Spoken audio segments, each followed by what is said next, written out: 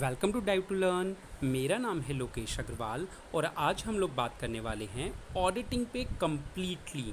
इसमें हम सीखने वाले हैं independent audit, audit reporting, vouching, verification और वैल्यूएशन, सब कुछ। दोस्तों आज ही जाके गूगल प्ले स्टोर से हमारी Dive to Learn app download कीजिए, इंस्टॉल कीजिए और 5 स्टार रेटिंग के साथ हमें सपोर्ट कीजिए। दोस्तों अगर अभी तक आपने डाइव टू लर्न चैनल को सब्सक्राइब नहीं किया है तो आज ही इसे सब्सक्राइब करें और हमारी नोटिफिकेशंस को पाने के लिए बेल आइकन को क्लिक करें। और दोस्तों आपको हमारी वीडियो पसंद आने वाली है तो इस वीडियो को अभी लाइक कर दें, क्योंकि बाद में आप भूल जाते हैं। और हाँ, अगर आपको अपने दोस्तों के लिए भी इसे इंपॉर्टेंट समझें तो उनके साथ शेयर ज़रूर करें। दोस्तों कमेंट करना बिल्कुल ना भूलें, ये हमारे लिए बेहद इंपॉर्टेंट होता है। तो आइए शुरू करते हैं आज की वीडियो। देखो पहले हम ऑडिटिंग की डेफिनेशन पढ़ते हैं कि ऑडिटिंग क्या होती है। ऑडिटिंग होती है, it is a systematic examination of books and records of a business or other organization in order to ascertain or verify and report upon the facts regarding its financial operations and the result thereof. Auditing क्या है? ये एक examine करने का systematic तरीका है जिसमें हम क्या एग्जामिन करते हैं, बुक्स को और रिकॉर्ड्स को। अकाउंटिंग बुक्स को, अकाउंट्स के जो रिकॉर्ड्स होते हैं इनको रिकॉर्ड करते हैं, चाहे वो बिजनेस हो चाहे कोई दूसरी ऑर्गेनाइजेशन हो, इन ऑर्डर टू असर्टेन और वेरीफाई, जिससे हम क्या कर पाएँ, हम वेरीफाई कर पाएँ और उस पर रिपोर्ट दे सकें कि ये जो फाइनेंशियल ऑपरेशंस जो हुए हैं, जो भी फाइनेंशियल स्टेटमेंट्स बनी है वो सही हैं क्या। The term audit means the inspection of an individual's or organization's accounts. Audit का मतलब क्या होता है? चेक करना होता है। ये क्या इंस्पेक्शन करता है, क्या चेकिंग होती है इसमें कि जो इंडिविजुअल या ऑर्गेनाइजेशन है उसके अकाउंट सही बने हैं, इसकी चेकिंग की जाती है। It is generally done by an independent person. अच्छा, ऑडिट कौन करेगा? क्या आप खुद के काम को खुद ही चेक करके बोलोगे कि मैंने सारा काम सही किया हुआ है? आप खुद के काम को खुद थोड़ी कहोगे। तो आप क्या कहोगे? इंडिपेंडेंट पर्सन, किसी बाहर से ऐसे इंसान को लाओगे जिसका अपने बिजनेस से कोई लेने देना नहीं है, जो इंडिपेंडेंट होना चाहिए, जिसका जो डिसीज़न है जो उससे कोई असर ना आता हो, प्रभाव ना पड़े उस पर कोई। Who has specialise skills and knowledge of conducting audit, जिसके पास स्पेशल स्किल हो ऑडिट करने की। ऐसे थोड़ी आप किसी को बोल दोगे कि हमारे अकाउंट्स का ऑडिट कर दो, वो कहेगा ठीक है मैं आके चेक कर देता हूँ, है ना। तो उसके पास स्पेशल स्किल्स होती हैं ऑडिट करने की। आइए, ऑडिट का प्राइमरी ऑब्जेक्टिव क्या है? ऑडिट का प्राइमरी ऑब्जेक्टिव है to express true and fair view of the company's financial statements.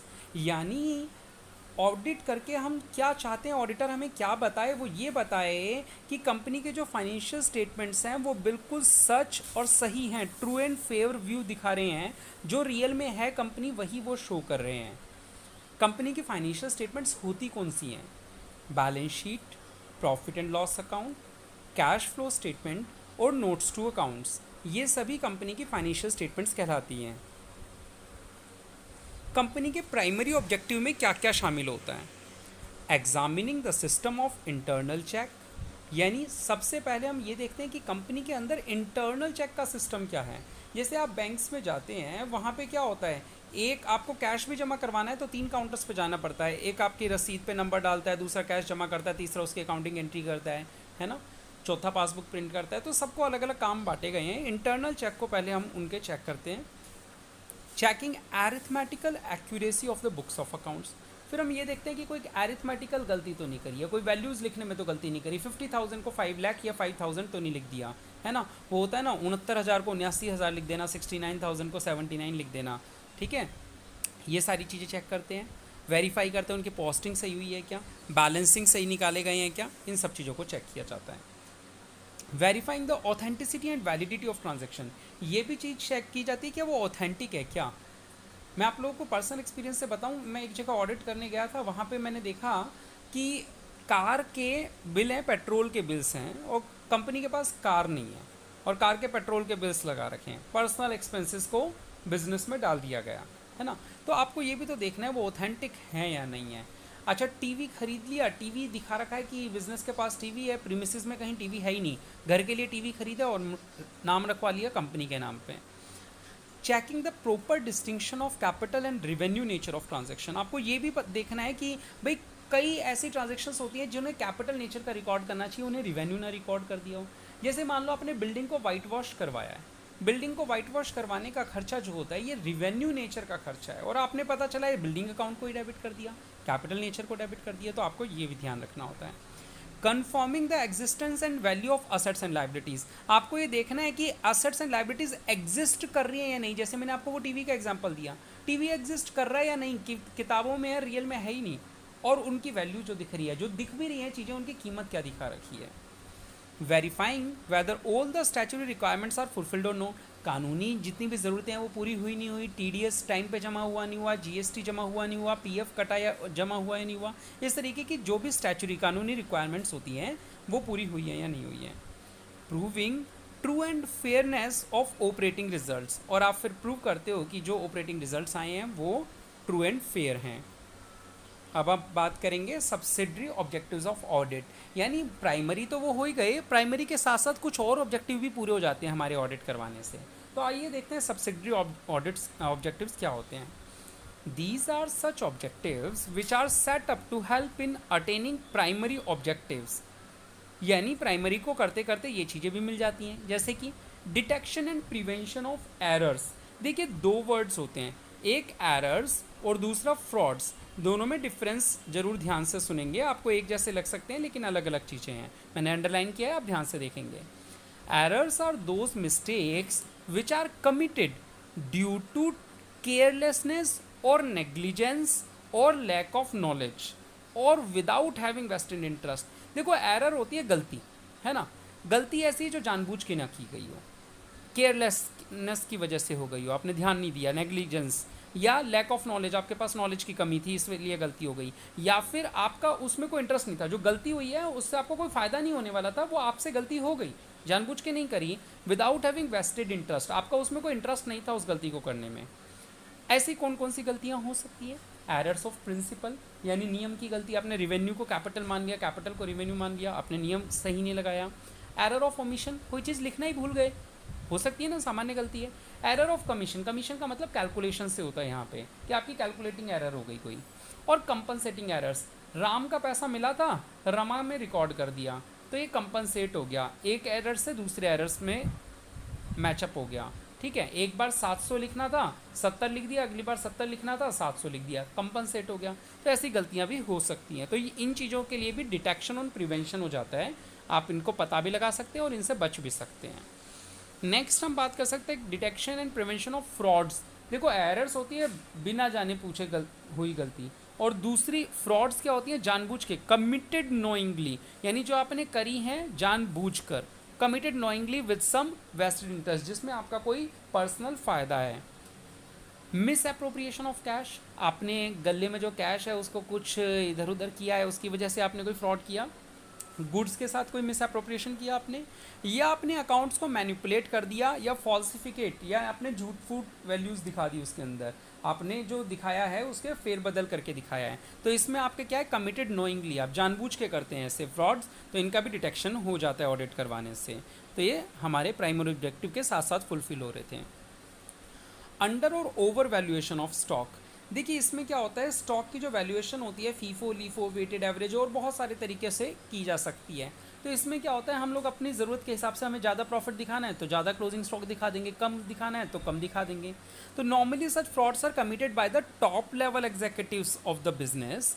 N auditor should detect such frauds using his skills, knowledge and facts. तो हमें ऑडिटर को क्या करना होता है, अब इन चीज़ों का भी पता लगाना होता है।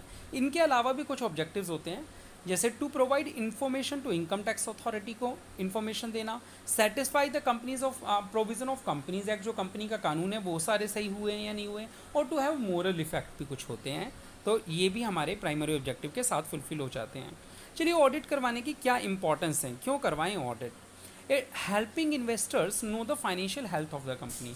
अगर आप ऑडिट करवाते हैं तो इन्वेस्टर्स को पता चलता है हाँ भाई कंपनी की फाइनेंशियल हेल्थ कैसी है, क्या सिचुएशन है उसकी। Helping the government know that the company is properly discharging statutory dues. भाई सरकार को पता चलता है कि हाँ भाई ये जो कंपनी है ये कानूनी जो भी ड्यूज़ होते हैं वो टाइमली चुका देती है, इनकम टैक्स, टीडीएस, जीएसटी और भी बहुत कुछ, पीएफ वगैरह सब समय पे जमा करवा रही है नहीं करवा रही है, गवर्नमेंट को पता चलता रहता है। Helping lenders evaluate the credibility of the company. भाई जो कर्जा देने वाले लोग हैं ना, वो कंपनी की उधार वापस चुकाने की क्षमता का पता भी लगा सकते हैं, credibility. Helping management take note of any shortcoming in the company's business operations. Company को जो मैनेजमेंट होते हैं उनको पता चल जाता है कि भाई फ्यूचर में कोई शॉर्ट कमिंग तो नहीं होने वाली बिजनेस ऑपरेशन की, इसकी भी कमी पता चल जाती है। Helping management improve business efficiency, और मैनेजमेंट को ये बिजनेस का एफिशिएंटली मैनेज करने में भी हेल्प करता है। अब बात आती है important topic independent financial audit. आप इसे ज़रूर ध्यान से सुनेंगे। इंडिपेंडेंट फाइनेंशियल ऑडिट का मतलब है it refers to the fact that the auditor is not an employee of the company but instead is retained through the a contract for service and hence is independent. देखिए जो important term है independent auditor होना। Independent का मतलब company का employ नहीं हो सकता। जो कंपनी का एम्प्लॉय है वो कंपनी जो बोलेगी वैसा ही करेगा। तो ऑडिटर कंपनी का एम्प्लॉय नहीं हो सकता। फिर ऑडिटर कौन होगा? ऑडिटर एक बाहर का एक ऐसा पृथक एक अलग आदमी होगा या अलग पर्सन होगा जो कंपनी से कॉन्ट्रैक्ट करेगा ऑडिट करने के लिए। वो कंपनी का एम्प्लॉय नहीं हो सकता, इसलिए वो इंडिपेंडेंट होता है क्योंकि उसके ऊपर कंपनी कोई दबाव नहीं डाल सकती। Statutory audits are conducted in order to report the states of a company's finance and accounts to the Indian government. Statutory audit यानी कानूनी कुछ ऑडिट होते हैं, दो अभी बताऊंगा आगे। वो जो ऑडिट होते हैं वो रिपोर्ट करते हैं किस चीज़ पे? कंपनी के फाइनेंस पे, और कंपनी और इनटू द इंडियन गवर्नमेंट को बताते हैं। Such audits are performed by qualified auditors. वो ऑडिटर्स जो होते हैं उनकी क्वालिफिकेशन ज़रूरी है। Who are working as external and independent parties, जो कंपनी के नहीं होते, कंपनी से बाहर ही होते हैं और अलग सेपरेट होते हैं। The audit reports of a statutory audit is made in the form prescribed by the government department. और सरकार ने जिस तरीके से हमें एक फॉर्मेट बना के दे रखा है कि रिपोर्ट का, सभी ऑडिटर्स को उसी फॉर्मेट में रिपोर्ट बतानी होती है, ऑडिट रिपोर्ट देनी होती है। देखिए जो दो मोस्ट कॉमन टाइप हैं स्टैचुरी ऑडिट के, वो हैं टैक्स ऑडिट और कंपनी ऑडिट। ऑडिट दो तरीके का करवाया जाता है, एक होता है टैक्स ऑडिट और एक होता है कंपनीज का ऑडिट। तो अभी हम टैक्स ऑडिट की बात कर रहे हैं। पहले देखिए टैक्स ऑडिट्स रिक्वायर्ड होता है इनकम टैक्स के सेक्शन 44AB में। आपने पढ़ा ही होगा इनकम टैक्स में सेक्शन अकाउंट्स मेंटेनिंग का 44AA, ये AB होता है ऑडिट का। दिस सेक्शन मैंडेट्स, ये कंपल्सरी करता है सबको, that every person whose business, जिसके बिजनेस का टर्नओवर 1 करोड़ रुपए से ज़्यादा हो पिछले साल में, 1 करोड़ से जैसे ही आपका टर्नओवर एक्सीड होगा आपको टैक्स ऑडिट करवाना पड़ेगा। टर्नओवर यानी कि सेल्स। और अगर आप प्रोफेशनल्स हैं तो प्रोफेशनल्स को 50 लाख की टोटल रिसिप्ट्स बोली गई है। प्रोफेशनल्स को जो पैसा मिलता है, लॉयर्स को, डॉक्टर्स को, इसे हम लोग टर्नओवर तो बोलते नहीं, तो इसे हम क्या बोलते हैं? Professional receipts. तो रिसिप्ट्स अगर 50 लाख से ज़्यादा है तो आपको ये ऑडिट करवाना होगा, और टर्नओवर अगर 1 करोड़ से ज़्यादा है। तो याद रखिएगा ये दो limits.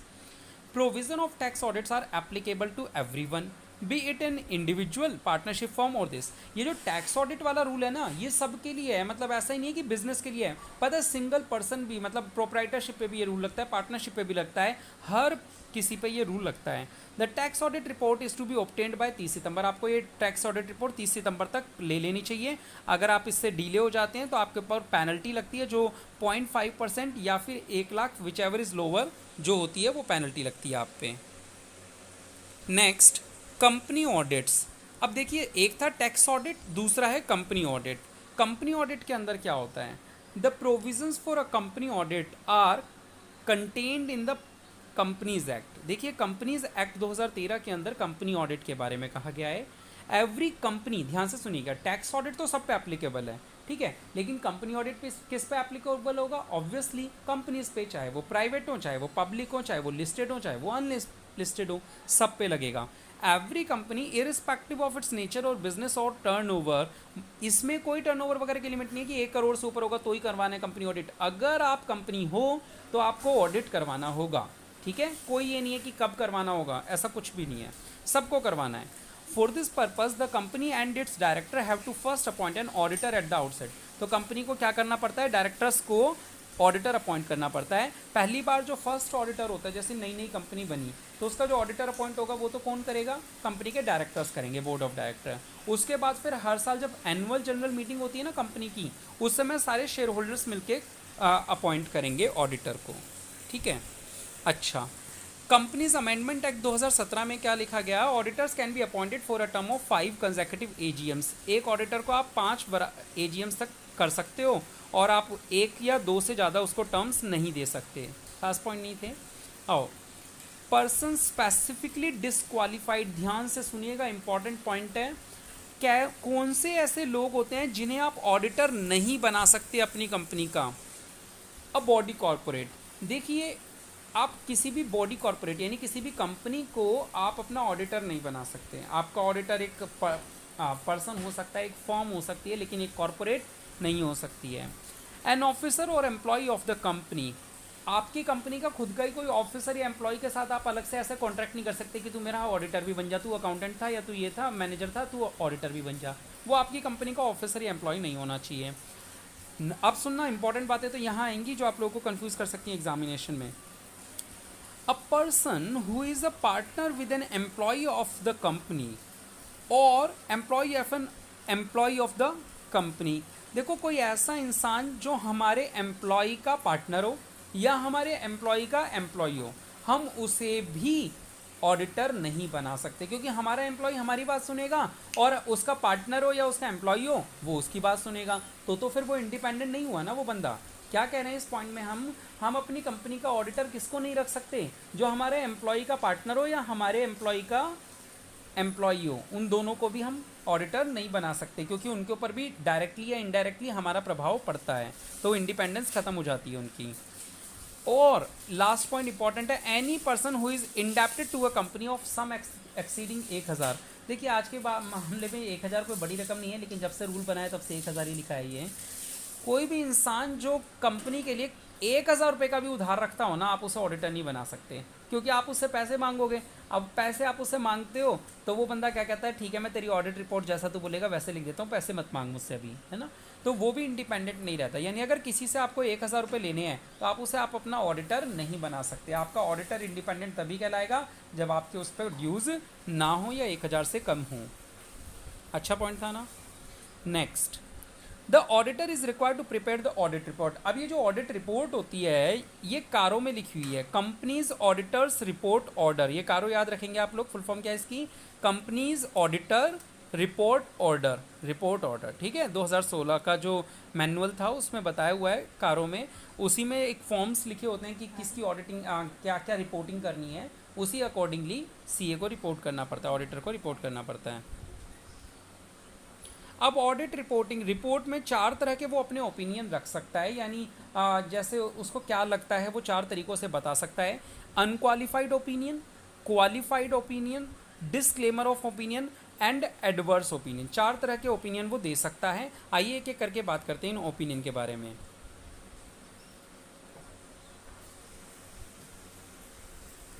Unqualified opinion, independent auditor concludes. अब अनक्वालिफाइड ओपिनियन कब होता है, जब ऑडिटर क्या कहता है, सुनिएगा। The financial records and statements of a company are present fairly and appropriately in accordance with the financial reporting framework. The judgment is called an unqualified opinion. देखिए, जब ऑडिटर क्या कहता है कि भाई जो फाइनेंशियल स्टेटमेंट बने हैं ये बिल्कुल सही बने हैं, ट्रू एंड फेयर व्यू है, सारी चीज़ें सही हुई हैं, तो वो एक अनक्वालिफाइड ओपिनियन दे देता है। कहता है मुझे इससे कोई आपत्ति नहीं है, सारी चीज़ें बढ़िया बनी हैं। जनरली एक्सेप्टेड यानी GAAP are consistently applied in the यानी जब फाइनेंशियल स्टेटमेंट्स बनाई गई तो गैप फॉलो हुआ, generally accepted accounting principles follow हुए हैं। Financial statements comply with the relevant statutory requirements, जो कानूनी ज़रूरतें हैं उनको फाइनेंशियल स्टेटमेंट्स पूरा कर रही हैं। There is adequate disclosure of all material matters relevant to the proper presentation of financial information. और जो भी हमारी जो मटेरियल मैटर्स हैं उन सब के बारे में भी फाइनेंशियल इन्फॉर्मेशन सारा कुछ बता रही है, दिखा रही है। If there are any changes in the accounting principle, अगर कहीं बाई चांस अकाउंटिंग प्रिंसिपल का चेंज भी हुआ है, जनरली हम क्या करते हैं, एक कॉन्सेप्ट लगता है ना, कौन सा होता है वो कॉन्सेप्ट आपका प्रिंसिपल होता है, एक सेकेंड रुकिए अभी जुबान पे वर्ड नहीं आ रहा, कंसिस्टेंसी कॉन्सेप्ट है ना। कंसिस्टेंसी कॉन्सेप्ट क्या कहता है कि आपको हर साल अकाउंटिंग प्रिंसिपल्स और पॉलिसीज़ को सेम रखना चाहिए, लेकिन अगर आपने इन पे चेंज किया है in the application method then it has been properly checked, तो आपको ये चेक करना है और डिटरमाइन करना है that the financial statements of the company में इन बातों का लेखा जोखा किया गया है, यानी बताया गया है कि क्या प्रभाव आया है पॉलिसी चेंज करने से। अब बात आती है क्वालिफाइड ओपिनियन। देखिए, अनक्वालिफाइड में तो हमें कोई आपत्ति नहीं थी, क्वालिफाइड वाले में क्या होता है, हमें एक दो बातों पे कोई आपत्ति होती है तो हम बता देते हैं कि भाई क्वालिफाइड ओपिनियन है. An auditor expressed a qualified opinion when, according to him or her, the financial statements of the company as, अब सुनिएगा, whole are not free from material misstatement, यानी कहीं ना कहीं चाहे छोटी ही सही, कहीं ना कहीं तो कुछ गड़बड़ है. And the misstatements are material, और जो मिसस्टेटमेंट्स हैं वो मटेरियल हैं, जो गलत चीज़ें दिखाई हैं वो इंपॉर्टेंट है but not pervasive in nature. The effect of misstatement is material when information with such misstatement can affect, किसी भी चीज़ को मटेरियल यानी इंपॉर्टेंट कब बोलते हैं, जब उसकी वजह से किसी का डिसीजन पे अफेक्ट आ सके तो उसे बोलते हैं मटेरियल मिसस्टेटमेंट. क्वालिफाइड के बाद अब बात करते हैं disclaimer of opinion.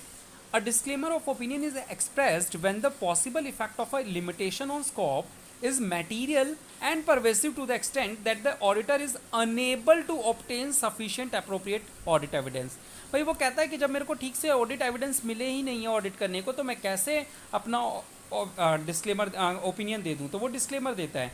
As a result the auditor is unable to express an opinion on the financial statements.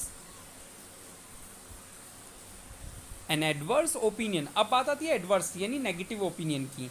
An adverse opinion is issued when there are limitations on the scope of the auditor's work. जब आप auditor के काम पे रोक टोक लगाते हैं, उसे ठीक से काम नहीं करने देते, तो वो आपको नेगेटिव आपका ओपिनियन दे देता है. It is also issued when there is disagreement with management regarding the acceptability of the accounting policies.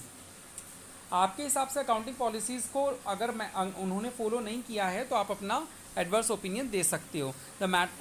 When the auditor express an adverse opinion, a clear description of all the substantive reason is included in the.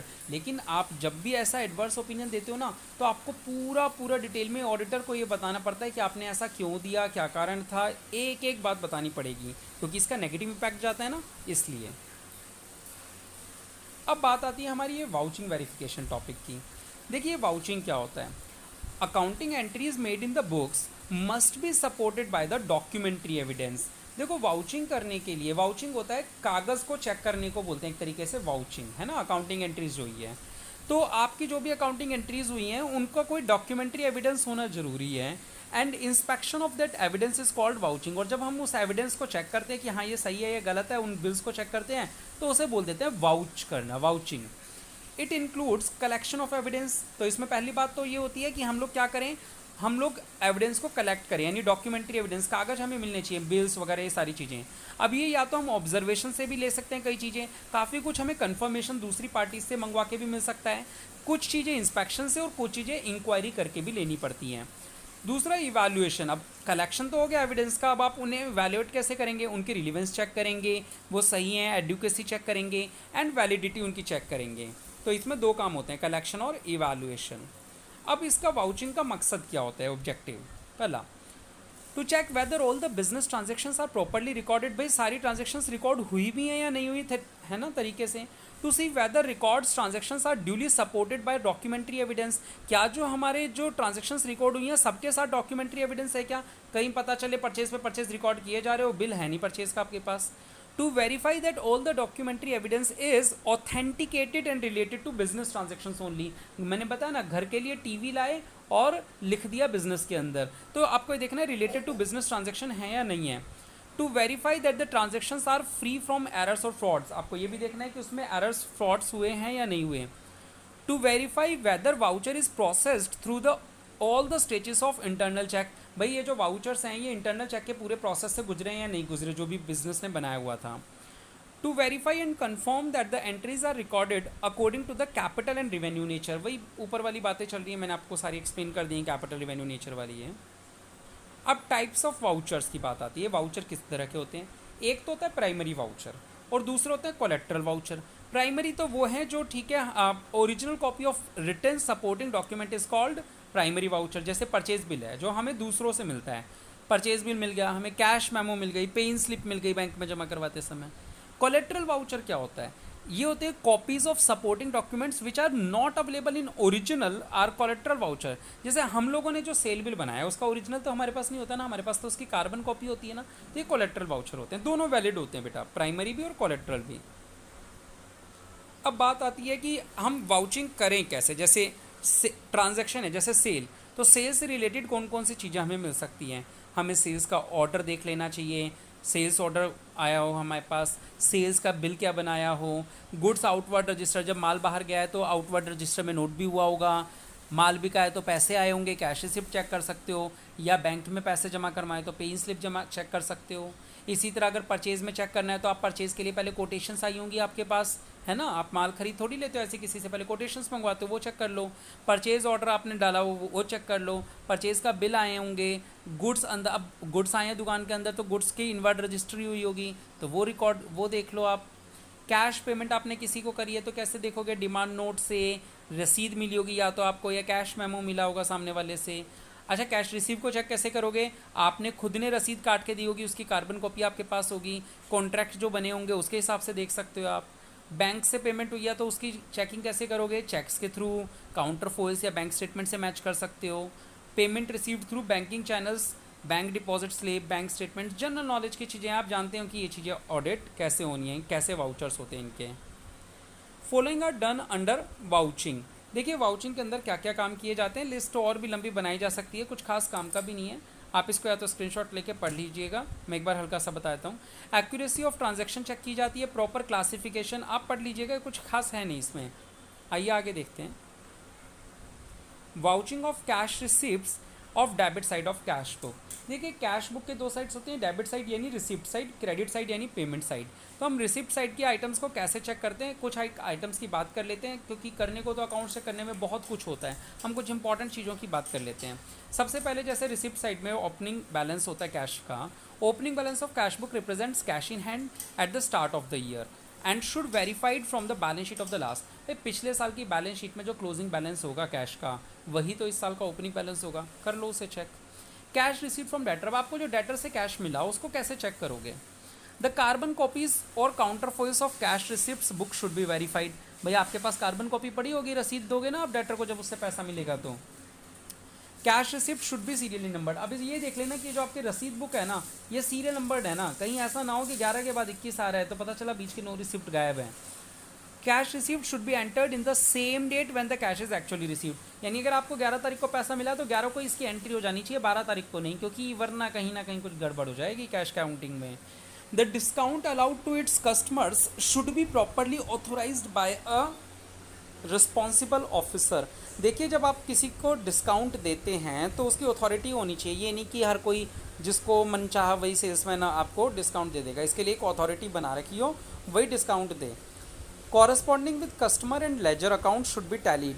भाई आप है ना customer को phone करके या customer से letter मंगवा के पूछ सकते हो, मेल मंगवा के कि भाई आपके यहाँ बैलेंस कितना आ रहा है, और आप देखो आपके यहाँ कितना आ रहा है, आप इससे भी चेक कर सकते हो, है ना, कि भाई दोनों जगह सेम चल रहा है या कोई गड़बड़ है। अच्छा, different ways used for miss appropriation of cash. अब आपको मैं बताऊँ कैश को नकद का गबन करने के लिए मिस अप्रोप्रिएशन ऑफ कैश के क्या क्या तरीके होते हैं, ठीक है, इनको लागू मत करना, आपको ये सब पकड़ने होते हैं, ठीक है। आइए, cash received from customers not recorded in books and no cash receipt may be issued. भाई आपको आज कोई कस्टमर पैसे दे के गया, आपने उसको बुक्स में लिखा ही नहीं और उसको रसीद भी काट के नहीं दी। कई बार होता है डेटर भी समझाता है यार पर्सनल रिलेशन है, ठीक है रिकॉर्ड कर लेगा वो, और आपने क्या किया, आज रिकॉर्ड किया ही नहीं, तो थोड़े टाइम आप उस पैसे को यूज़ कर सकते हो अपने लिए। Issuance of receipt or lesser amounts than actually receive. तो आप रिसिप्ट जो इशू कर रहे हो वो कम अमाउंट की इशू कर दो, 1 लाख लिखना था 10,000 लिख दिया, वो सामने वाला भी सोचता है ठीक है रसीद लेके चले जाता है, पढ़ता तो है नहीं, अगर उसको ध्यान आ गया तो बाद में आएगा तो 1 जीरो और लगा देंगे, तो ऐसा भी कर देते हैं कई बार। Using of teeming and lading method, ये बड़ा अच्छा है, इसको सुनना, टीमिंग एंड लेडिंग मेथड, ठीक है। It is a very common method in misappropriation of the money in which the cash received from any customer not recorded in the books and the cash received from the same customer at a later instance और another customer recorded in the books and so on. क्या था इस paragraph में बताऊँ? देखो जैसे मान लो आपको आज राम से पैसा मिला, आप इसको रिकॉर्ड मत करो, अगली बार जब मिलेगा तब आज वाला रिकॉर्ड कर देना, या श्याम से पैसा मिला वो राम के नाम पे रिकॉर्ड कर दिया, जब मोहन से मिलेगा तो वो श्याम के नाम पे रिकॉर्ड कर दूंगा, जब सोहन से मिलेगा तो वो मोहन के नाम पे रिकॉर्ड कर दूंगा।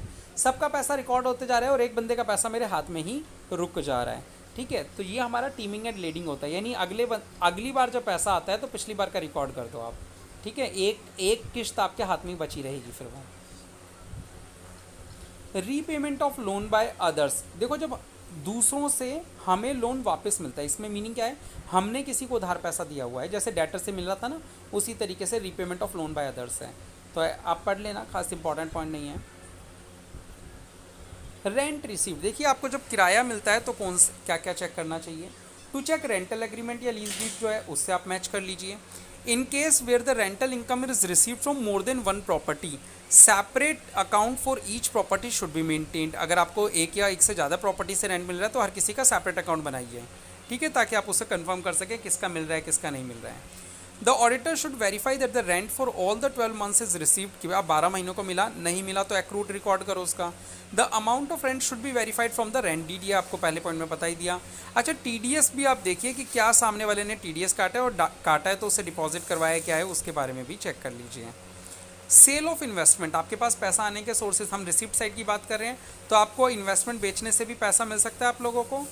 To check bank statement if the sale proceeds have reach the bank account, अगर आपके पैसा डायरेक्ट बैंक में जमा होता है तो आप उसे भी चेक कर लीजिए, ठीक है, इन्वेस्टमेंट्स को बेचने से जो पैसा आया है। To verify broker commission note और डेबिट नोट, आपको ब्रोकर जो होता है ना वो एक ब्रोकर नोट बना के देता है, तो आप वो भी चेक कर सकते हैं सेल्स ऑर्डर में। To ensure separate accounting is being done, capital receipt और रेवेन्यू रिसिप्ट को आप सेपरेट करेंगे और डिविडेंड को भी रिकॉर्ड करेंगे, ठीक है, आप ये देख सकते हैं इन्वेस्टमेंट में। सेल ऑफ फिक्स्ड एसेट्स, इसमें जरा ध्यान से देखना, ये चीज़ जरूर याद रखना। To check minutes of the meeting, अब कोई फिक्स्ड एसेट्स बेचना किसी कंपनी के लिए ऐसी नहीं है कि बस मुँह उठाया और बेच दिया, पहले बोर्ड ऑफ डायरेक्टर्स की मीटिंग होती है, उसमें डिसाइड होता है कि फिक्स्ड एसेट्स बेचनी है क्या, तो पहले आप उस मीटिंग्स के मिनट्स चेक कीजिए। फिर सेल एग्रीमेंट और सेल कॉन्ट्रैक्ट को चेक कीजिए। Verification of agent account if sales is made through agent, अगर आपने कोई एजेंट रखा था तो एजेंट से अकाउंट से मैच कर लीजिए। प्रॉफिट या लॉस की कैलकुलेशन चेक कीजिए और उसे रेवेन्यू में रिकॉर्ड किया या नहीं किया वो चेक कर लीजिए। ऑथराइजेशन और सेल ऑफ फिक्स्ड एसेट्स, भाई फिक्स्ड एसेट्स बेचने की अथॉरिटी थी भी या नहीं थी वो चेक कर लीजिए। Sale proceeds of fixed assets should be credited to fixed assets account after deducting expenses on sale of fixed assets, तो आप ये भी चेक कर लीजिए कि भाई कोई खर्चे वर्चे बेचने से हुए तो वो माइनस हुए या नहीं हुए। इंटरेस्ट एंड डिविडेंड रिसीव्ड आप लोग पढ़ लीजिए, कोई खास काम नहीं है इसके अंदर इंटरेस्ट डिविडेंड रिसीव्ड में भी। वाउचिंग ऑफ कैश पेमेंट्स, अब देखिए पेमेंट साइड की अगर हम बात करें तो पेमेंट साइड में ओपनिंग बैलेंस तब हो सकता है जब बैंक ओवरड्राफ्ट हो, ठीक है, तो बैंक ओवरड्राफ्ट में क्रेडिट साइड में ओपनिंग बैलेंस आता है। अच्छा, अगर आपको purchase of plant and machinery अगर आपको देखना है भाई, तो आपका पैसा जाएगा तो आप परचेज़ के लिए बिल देख लीजिए, फ्रेट का खर्चा जो होगा वो सब चेक कर लीजिए। इसी तरह लैंड एंड बिल्डिंग अगर आप खरीदते हैं तो भी पैसा जाता है, तो आप देख लीजिए भाई लीज होल्ड एग्रीमेंट आपका क्या है, लैंड परचेज लीज होल्ड पे हुई है कैसे हुई है, payment should be made as per lease terms हुआ है या नहीं हुआ। All the expenses incurred acquired lease hold property should be debited to respective property account, उसी में जुड़ जाते हैं सारे खर्चे। Auditor should study the conveyance deeds in the case of properties purchase under free hold basis, तो आपको पता है कि लैंड एंड बिल्डिंग के अंदर क्या क्या चेक करना है। अब आगे बात करते हैं हम लोग इनकम टैक्स की। इनकम टैक्स की पेमेंट करते हैं तो इनकम टैक्स में एडवांस टैक्स जाता है, आपको पता है साल के दौरान ही देना पड़ता है, वो चेक कर लीजिए उसके चालान के साथ। सेल्फ असेसमेंट टैक्स होता है जब साल ख़त्म होता है तब जब हम जमा करवाते हैं, उसके चालान के साथ जब चेक कर लीजिए। अच्छा, अगर कोई बाई चांस नोटिस आया हुआ है आपके पास डिपार्टमेंट की तरफ से तो आप नोटिस के लिए अगेंस्ट चेक कर सकते हैं कि पेमेंट हुई है क्या, और अगर कोई असेसमेंट ऑर्डर आया तो उससे भी आप चेक कर सकते हैं कि भाई इनकम टैक्स की पेमेंट कैसे कैसे हुई है। Internal control system for cash transaction, ये ज़रा सुनिएगा और याद भी रखना है आपको। इंटरनल कंट्रोल सिस्टम क्या होता है कैश के लिए? All cash receive should be accounted for immediately, जैसे ही आपको पैसा मिलता है उसका तुरंत ही रिकॉर्डिंग होनी चाहिए, तुरंत, बिल्कुल इमीडिएट, मतलब 2 मिनट की भी देरी नहीं। आपको पैसा मिला तो रसीद काटो, रिकॉर्ड करो। All receive cheque should be crossed immediately on receipt, अगर आपको चेक्स मिले हैं तो उनको क्रॉस कर दीजिए, क्रॉस करने का मतलब 2 लाइन खींच दीजिए जिससे वो अकाउंट पे ही हो जाते हैं। Cash receipt should be issued to debtors and daily reconciliation of account should be done where the debtors pay cash on daily basis, जब हमें डेटर से डेली कैश के में ही पैसा मिलता है ना तो हम उनके अकाउंट्स को रिकॉन्साइल कर लेना चाहिए, भाई बैलेंस सेम चल रहा है ना अपन दोनों का, ठीक है, हमारा और उसका सेम चल रहा है ना। All cash receipt should be deposited in bank on daily basis, जो भी पैसा आपका रोज़ आ रहा है उसे अगले दिन या उसी दिन जमा भी करवा दिया करो बैंक में ही। Bank reconciliation account should be prepared, BRS भी बना के रखनी चाहिए आपको जिससे आपका मैच होता रहे।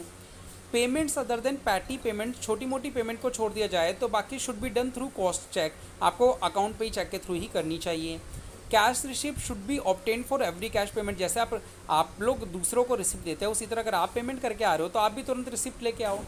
Cash expenses should be duly supported by proper genuine bills और वाउचर। तो आपको बिल हो या वाउचर के साथ सपोर्टिंग होनी चाहिए।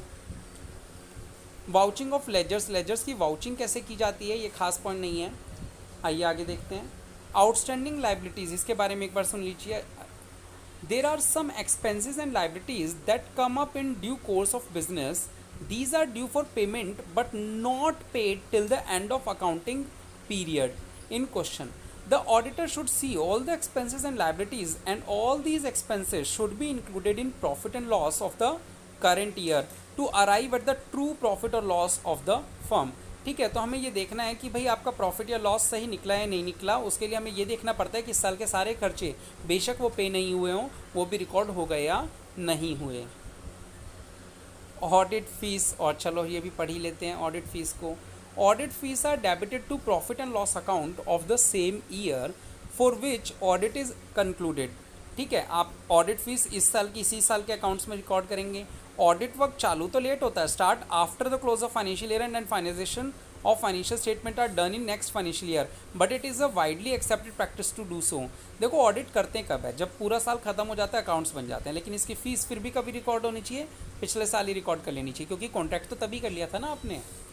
It is also argued that the audit fees should be debited to P&L account in the next year in which the audit work is actually performed. कई लोग कहते हैं कि भाई इसे अगले साल रिकॉर्ड करो ना, क्योंकि ऑडिट तो अगले साल हुआ है। In the first case, audit fees will be debited to the audit fees payable will be credited. तो आप इसमें क्या कर सकते हैं, एक जर्नल एंट्री ड्यू की पास कर सकते हैं, audit fees debit to audit fees payable, या आउटस्टैंडिंग ऑडिट फीस भी कह सकते हैं। अब ये देखिए, दो चीज़ें ध्यान से सुनिएगा, कॉन्टीजेंट लाइबिलिटीज़ और कॉन्टीजेंट असेट्स, इन दोनों के बारे में सुनिएगा। कॉन्टीजेंट लाइबिलिटीज़ तो आपको पक्का पता होंगी, आपने कई बार सुनी होंगी। ऐसी लाइबिलिटी जो फ्यूचर में देनी पड़ भी सकती है और नहीं भी हो सकती हैं, मे और may not be payable in future, depends on the event. जैसे एग्जांपल बात करें तो if any person filed a suit against companies, possibilities are there, it may be in favour of company और it may be against the company. ठीक है, हो सकता है कोर्ट का जो केस का रिजल्ट है वो हमारे फेवर में आ जाए तो हमें नहीं देने पड़ेंगे, अगेंस्ट आए तो देने पड़ जाएंगे। No actual provision is made in the books, लेकिन ऐसी चीज़ों के लिए हम बैलेंस शीट में कुछ रिकॉर्ड नहीं करते हैं। फिर कहाँ शो करते हैं, as a foot note of balance sheet it is compulsory to show the probable amount of liabilities. अगर हमें संभावना लगती है, जो भी है, चाहे पॉजिटिव हो चाहे नेगेटिव हो, आप इसको एक बार कॉन्टीजेंट में जरूर लिखेंगे।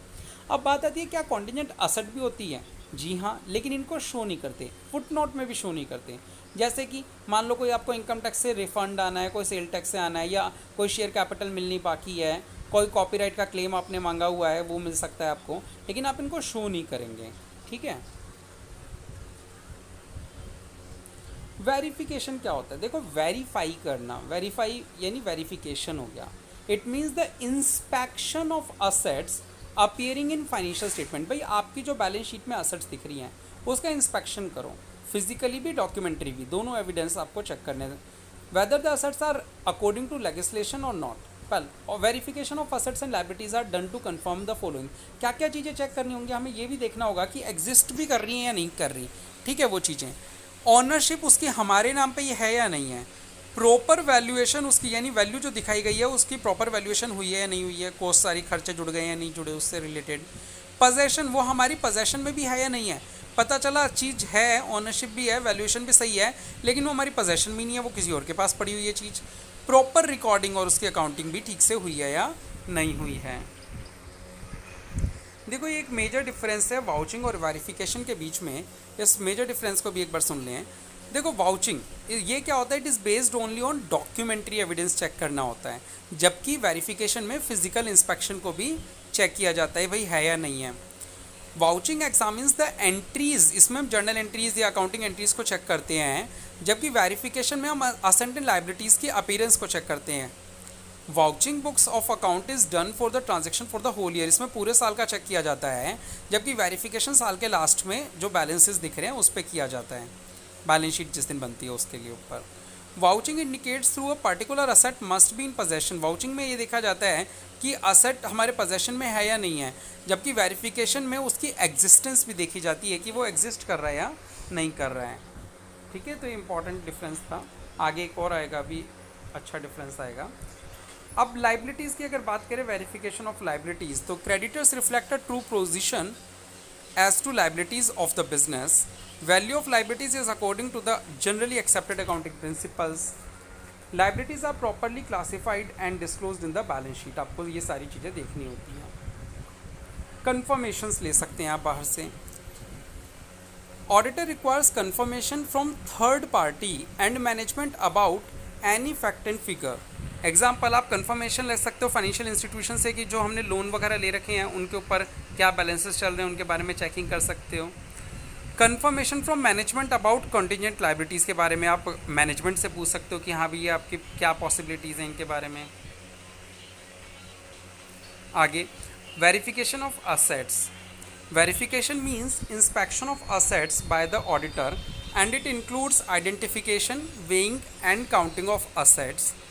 Thus, confirming and verification and all together different process of audit and both are equally important. भाई वेरिफिकेशन हो, जो भी वाउचिंग हो, सारी चीज़ें बहुत ज़रूरी हैं ऑडिटिंग के लिए. Items required physical verification. अब इन चीज़ों का आपको फिजिकल वेरिफिकेशन करना ज़रूरी होता है. जैसे लैंड एंड बिल्डिंग, इनको जाके फिजिकली देखना चाहिए कि हाँ भाई एग्जिस्ट करे या नहीं करे. Land and building, plant machinery, stock, store and consumable items, investments, securities, cash in hand, ये सारी चीज़ें फिजिकली वेरीफाई होनी चाहिए. जी हाँ, कैश इन हैंड भी फिजिकली वेरीफाई होना चाहिए. Valuation of assets and liabilities, यानी अब इनकी वैल्यूएशन कैसे की जाती है उसके बारे में. Valuation means estimation of various assets and liabilities की उनकी क्या कीमत होगी. It is the duty of auditor to confirm that the assets and liabilities are appearing in the balance sheet exhibiting their proper and correct value, कि वो proper और correct value पे दिख रही हों. In the absence of proper valuation, they will exhibit, अगर सही value पे नहीं दिखाएंगे तो हमें over या कम value पे दिख रही होंगी वो, जो कि सही नहीं है. कंपोनेंट्स ऑफ वैल्यूएशन, जब आप असेट्स की वैल्यू करते हैं तो उसमें कौन कौन सी चीज़ें काम में आती हैं. जैसे कि कॉस्ट प्राइस, खरीदते समय जो हमने खर्चा किया, ना केवल उसका एक्विजिशन प्राइस काउंट होता है, उसमें फ्रेट के चार्जेस, ऑक्ट्रॉय चार्जेस, ये सब भी उसी में काउंट किए जाते हैं. Book value, this is the value as appearing in the books of accounts. The cost price less depreciation. देखो बुक वैल्यू क्या होती है, जो आपने कॉस्ट में खरीदा था उससे हर साल डेप्रिसिएशन कम होता जा रहा है, तो जो वैल्यू बचती है उसे क्या बोलते हैं, बुक वैल्यू बोलते हैं. रियलाइजेबल वैल्यू, रियलाइजेबल वैल्यू क्या होती है कि कितने में असेट्स बिक सकती है, उसे बोलते हैं रियलाइजेबल वैल्यू. मार्केट वैल्यू क्या होती है, a value which is asset can fetch at the time of cell. एक ही जैसी चीज़ हो गई realisable value, market value. Replacement value, replacement value का मतलब अगर इस असेट को लाकर दूसरा ले आया जाए तो उसकी क्या वैल्यू होगी. Scrap value, if the asset is not in working condition and sold as scrap, अगर ये अब काम में नहीं आ रही और अगर इसको कचरे की तरह बेच दिया जाए कबाड़ी वाले को, तो इसकी क्या कीमत होगी, उसे स्क्रैप वैल्यू बोलते हैं. देखिए, बेसिस ऑफ वैल्यूएशन में auditor should ensure the basis of valuation is correct and reliable. Process of valuation में original cost, expected working hours, कितने घंटे चल सकती है, कितना समय और चल सकती है, वियर एंड टीयर एक्सपेंसेस, इसको ठीक करने के खर्चे जो होंगे, scrap value, chances of asset becoming obsolete, की है बेकार ही हो जाएगी, काम ही नहीं आएगी, इन सारी चीज़ों को वैल्यूएशन के प्रोसेस में देखा जाता है. तो देखिए एक डिफरेंस है जिसमें अब तीन चीज़ों को एक साथ आपको देखना है, वाउचिंग, वेरिफिकेशन एंड वैल्यूएशन. तीनों डिफरेंसेस को एक साथ पढ़ते हैं हम लोग. वाउचिंग क्या है, it is done after original entry in the books of accounts. जब एंट्री हो जाती है तो उसके बाद उसकी वाउचिंग चेक किया जाता है डॉक्यूमेंट्री एविडेंस से. वेरिफिकेशन क्या होती है, it proves the existent and ownership, कि आप ये रियल में है भी और इसके मालिक भी हम हैं, ये वेरिफिकेशन में पता चलता है. वैल्यूएशन में सर्टिफिकेट दिया जाता है कि इसकी वैल्यू सही है. Vouching, it is done for transaction of the whole year, पूरे साल का चेक किया जाता है. वेरिफिकेशन में साल के लास्ट वाली फाइनेंशियल ईयर का, और वैल्यूएशन में भी साल के लास्ट वाले फाइनेंशियल ईयर में जो फाइनेंशियल के लास्ट में जो बैलेंस दिख रहे हैं उनका किया जाता है. Vouching is done by, vouching कौन करता है, सीनियर ऑडिटर या क्लर्क भी कर सकते हैं, लेकिन वेरिफिकेशन कौन करेगा, ऑडिटर खुद करेगा, और वैल्यूएशन भी कौन करेगा, ऑडिटर खुद कम करेगा. ठीक है, तो इस तरीके से आपने वाउचिंग, वेरिफिकेशन और वैल्यूएशन पढ़ लिया. Verification and valuation of copyright. भाई कॉपीराइट जो होते हैं उनकी वैल्यूएशन कैसे की जाती है. ठीक है, the auditor should examine the, verification की बात चल रही है पहले, फिर उसके वैल्यूएशन की बात करेंगे. The auditor should examine the agreement between the author and the publisher, के बीच में क्या एग्रीमेंट हुआ था पहले वो देख लो आप। If there are number of copyrights with the same publisher, और उसी एक पब्लिशर से अलग अलग बुक्स के कॉपीराइट्स हैं, auditor should ask for the schedule of copyrights, तो आप उसका शेड्यूल ले लीजिए। अब आप वैल्यूएशन कैसे करेंगे? Copyright laws lose their value over a passage of time, जैसे जैसे समय गुजरता जाता है उसकी कीमत कम होती जाती है। Hence the value of copyright is not stable in case where the sale of publication is very low और नील, अगर आपका पब्लिकेशन बिक ही नहीं रहा है या बहुत कम बिक रहा है, value of copyright should be return off, तो आप इस कॉपीराइट की वैल्यू को जीरो कर सकते हैं। Value of copyright in the balance sheet will be shown as cost less the value written off, तो आप इसे भी कॉस्ट में से राइट ऑफ वैल्यू कम करके दिखा सकते हैं बैलेंस शीट के अंदर। Verification and valuation of fixed assets, देखिए ये जो वेरिफिकेशन होता है फ्री होल्ड लैंड का, बिल्डिंग का, तो ये कैसे करते हैं? Auditor should examine the title deed, पहले आप ये देख लीजिए वो हमारे नाम पे है या नहीं है। Land and building shown the in the book should be according to the title deed, वो टाइटल डीड के हिसाब से ये उतनी ज़मीन है वैसा ही बिल्कुल स्ट्रक्चर है। प्रॉफिट और loss on sale it should B duly adjusted, profit loss हुआ है अगर बेचने पे तो उसे रिकॉर्ड किया है नहीं किया। Any addition to it should be carefully, और इसमें अगर कोई नई चीज़ ऐड या लेस की गई है, खरीदा या बेचा गया है, तो उसको भी चेक कर लीजिए। उसके बाद आप बात करेंगे, एक सेकेंड, कुछ ब्लैंक पेजेस रह गए शायद, नहीं ये इसमें लोड होने में समय लग गया। वैल्यूएशन ऑफ बिल्डिंग, आप बिल्डिंग का वैल्यूएशन कैसे करेंगे? It should be valued at cost less depreciation, although the market value of the building may change higher than the cost, आपको बिल्डिंग की वैल्यू तो कॉस्ट से ज़्यादा मिल सकती है ना, still depreciation of building should be provided, फिर भी हम बिल्डिंग में डेप्रिसिएशन डाल डाल के बिल्डिंग की वैल्यू कम करके दिखाते हैं। Depreciation will be provided even if the building is not in use, आप कहीं भी बिल्डिंग तो यूज़ ही नहीं हो रही, डेप्रिशिएट क्या करें, आप फिर भी उसको डेप्रिशिएट करेंगे ही करेंगे। मार्केट और realisable value should not be taken into account because both are fluctuating, market value का तो क्या है, एक ग्राहक आया उसने बोला इतने करोड़ है, दूसरे दूसरी वैल्यू बता दी, तो आप मार्केट वैल्यू को रिकॉर्ड नहीं करेंगे बिल्डिंग के केस में, ठीक है, कॉस्ट में से डेप्रिसिएशन माइनस करके ही रिकॉर्ड करेंगे। Verification of building under construction, अगर कोई अभी बनी नहीं है, अधूरी है, तो आप आर्किटेक्ट का सर्टिफिकेट ले लीजिए, कितने पैसे दिए उसके बारे में। Auditor should obtain a certificate from responsible officer, कोई है तो उससे आप सर्टिफिकेट ले लीजिए, ठीक है। Verification of free hold land, free hold land is the known, अब देखिए फ्री होल्ड लैंड जो है एक नॉन डेप्रिशिएबल एसेट है, जमीन है ना, hence it will be shown at cost, तो ये कॉस्ट पे ही चलती रहेगी। Cost includes legal charges, registration fees, purchase price, ये सारी चीज़ें इसमें जोड़ दी जाती हैं। Payment made to improve trust और municipal corporation for water sewerage, ये सब भी हम लोग चेक करेंगे, लैंड है तो उससे रिलेटेड ये खर्चे भी जुड़ने चाहिए।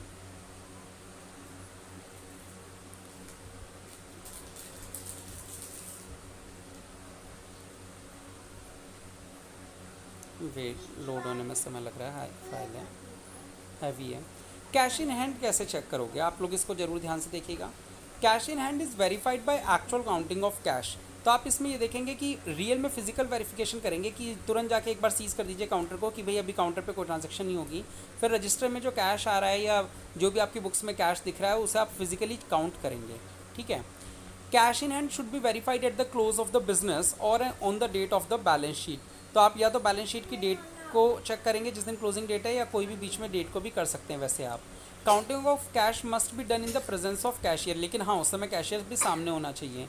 If the physical verification of cash is not feasible, अगर मान लो ये पॉसिबल नहीं है आपके लिए है due to branch located abroad या कहीं रिमोट एरिया में है, the auditor should ask the cashier to deposit all is cash in hand in bank account on the last date, तो हम क्या कहेंगे, कैशियर से बोलेंगे तेरे अकाउंट्स में जितना भी पैसा दिख रहा है कैश में आज की आज उसको जमा करवा दे बैंक में, तो वो करवा देगा, तो इसका मतलब फिजिकली वेरीफाई हो गया क्योंकि बैंक वाले तो काउंट करेंगे जमा करते समय। It is the primary duty of an auditor to verify the cash in hand, and the case in case of non verification the auditor will be held responsible for breach of his duty, तो भाई auditor का बहुत बड़ा काम है, cash को जरूर check करना चाहिए, नहीं करेगा तो उसकी ड्यूटी का ब्रीच हो गई, उसने तोड़ दिया मतलब संकल्प जो था। If there is heavy cash balance in the hand at any time, the auditor should immediately inform the management, कभी अगर ज़्यादा पैसा कैश इन हैंड चल रहा है तो आप मैनेजमेंट को बता दीजिए क्योंकि कैश कम से कम रखना चाहिए। Cash at bank, cash at bank को कैसे वेरीफाई करेंगे? बहुत लंबा टॉपिक हो गया ना आज का तो। Cash at bank, the auditor should prepare a bank reconciliation of account as on date, with the help of it the auditor will clearly come to know the status about the check issued but not yet presented, ठीक है भाई, आप BRS बनाएंगे तो आपको पता चलेगा कि आपने कई लोगों को पेमेंट के लिए चेक इशू कर दिए थे, लेकिन उन्होंने अभी पेमेंट नहीं निकलवाई या पेमेंट क्लियर नहीं हुई है उनकी। There are many kinds of frauds which are detectable through preparation of BRS. BRS से कई चीज़ें पता चल जाती हैं। The auditor should obtain different certificates from banks on different types of accounts like current account, fix deposit, जो भी हैं इन सबकी स्टेटमेंट मंगवा लो। The auditor should obtain a letter of confirmation from bank balance directly from bank से आप bank balance भी पता कर सकते हैं। The auditor should compare the bank balance as per the bank book and the passbook. If the payments are deposited in foreign bank under exchange control regulation, it should be verified with the by the auditor. आप salary debtor को कैसे verify करेंगे, ये भी अच्छा point है, इसको सुनिए। All amounts are recorded in respect of outstanding debtors as at date of balance sheet. Valuation of debtors is appropriate and properly applied. भाई पहली बात तो जो भी रिकॉर्डेड आपके डेटर्स हैं वो बैलेंस शीट डेट पे आप उनको चेक करेंगे, वैल्यूएशन ऑफ डेटर्स एप्रोप्रिएट हुई है नहीं हुई, that all the debtors disclose classified and described in accordance with recognise accounting policies. Examination of records, आप डायरेक्ट कन्फर्मेशन प्रोसीजर अपना सकते हैं। The auditor must pay special attention to those balances for which confirmation is not received. जिनसे लोगों से conformation नहीं मिल रही है, जिन डेटर से, उन पर आप ज़्यादा अटेंशन दे चेक करने में बैलेंस को। दे माइट बी फिक्टिशियस और made to conceal a fraud, उनमें जरूर कुछ ना कुछ गड़बड़ पाई जा सकती है। Verification and valuation of liabilities. अब लाइबिलिटीज़ की वेरिफिकेशन कैसे करें, ये तो असेट्स की बात चल रही थी, लाइबिलिटीज़ की कैसे करें। Trade creditors, auditor should collect schedule of creditors and that should tally with the ledger balances. आप पहले चेक कर लीजिए, शेड्यूल मंगवा लीजिए, उसको अपने लेजर बैलेंसेस से चेक कर लीजिए। Purchase laser should be checked and verified, आप परचेज लेजर को भी चेक कीजिए with purchase register, purchase invoice and debit notes. Auditor should verify discount received and receivable from creditor, अगर आपको क्रेडिटर से कोई डिस्काउंट मिला है या मिलने वाला है तो आप वो भी चेक कर लीजिए। Auditor should minute check the purchase of first month and last month of the financial year, आप पहले महीने लास्ट महीने में भी देखिए कोई एक्स्ट्रा परचेज तो रिकॉर्ड नहीं करी है इस तरीके से।